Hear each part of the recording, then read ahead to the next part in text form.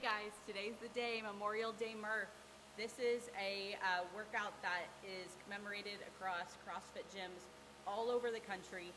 So everybody will be participating, and I hope you have time or find a space to participate in this from home today. We have several different versions for you, so there should be no excuses as far as getting it done. All right, so I also want to remind you guys, if you didn't see Sunday Fun Day yesterday, go read the story on Michael J. Murphy for some extra motivation. Okay, today is really to remember that what we do here, doing these awful workouts and then going and getting beer and tacos afterwards, that's such a privilege. To suffer for the short amount of time just to commemorate these heroes, that's the least we could do on this holiday. Also, even if you're doing half Murph, that's going to be enough. But just keep that in the back of your head while you're doing this. You are validated in your feelings that this is a pretty gruesome workout, long workout. But when you're having feelings of quitting or stopping, just remember that. Put that in the back of your head, that you only have to suffer for the short amount of time, where there are heroes that suffered for a long amount of time, such as Michael J. Murphy, the person that this is named after.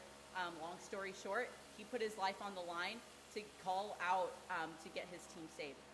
Only one person was saved, but the other bodies were able to be found and brought back to their families. So his sacrifice is just an amazing story. Just go and read that, and I hope that you guys are able to do this. So moving on to the workout, I'm going to post a picture of different ways you could split this up. So right below this video. So be sure to take a look at that for your different options as far as splitting up the reps.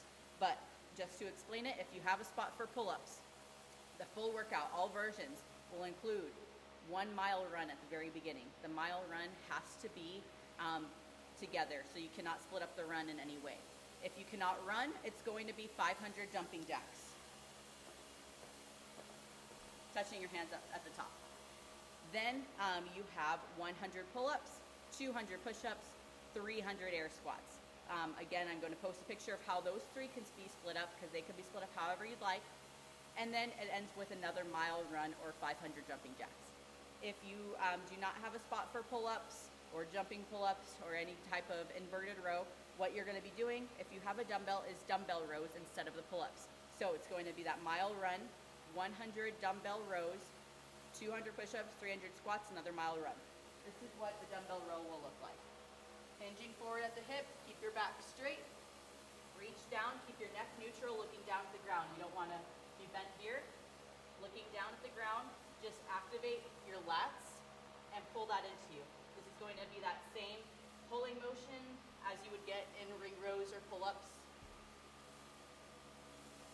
So again, you could split that up exactly like the picture I'm showing, except instead of pull-ups, you're doing those rows. If you do not have a dumbbell, or your dumbbell's too heavy for that, or for whatever reason you don't want to do that, the other option is, instead of 100 rows, you are going to do 400 sit-ups. These are butterfly sit-ups. Touching the ground behind you, touching your toes in front, shoulders up over the hips. All right, and all of these options, you're able to do the half option. So that's an 800-meter run at the beginning, 50 pull-ups or 50 dumbbell rows, 100 push-ups, 150 air squats, and then another 800-meter run. And I think everybody should be able to do at least the half version of it, if that's all you're able to do. All right, I hope you guys have a great Memorial Day.